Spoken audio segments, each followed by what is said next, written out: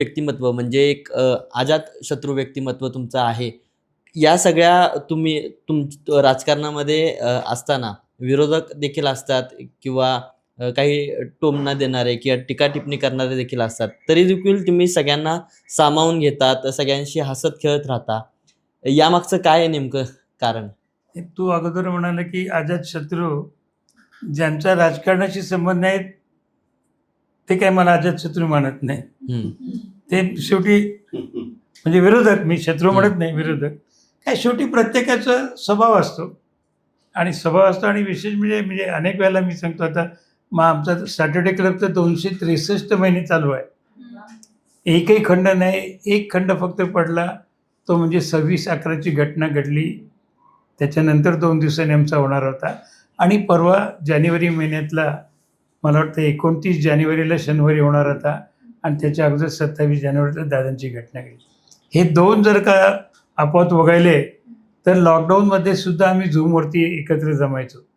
जवळपास वेगवेगळ्या आता तू म्हणालास तसं वेगवेगळ्या क्षेत्रातले त्याला तिथं कुठेही राजकारण त्याला अजिबात राजकारणाचा संबंध नाही. जात, पात, धर्म वगैरे काही नाही.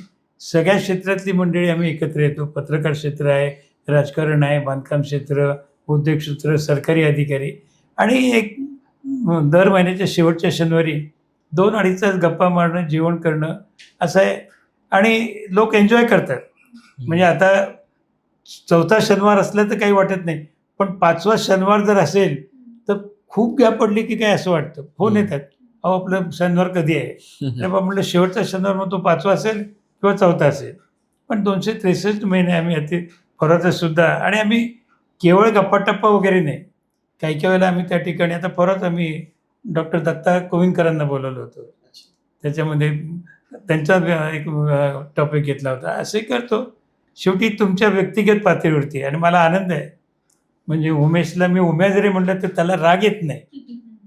म्हणजे कदाचित वडिलकीचा काय मित्रत्वाचा ते हेटवतात आणि त्यामुळे हसत शेवटी काय राजकारण आपण राजकारणाची टीका नाही करू.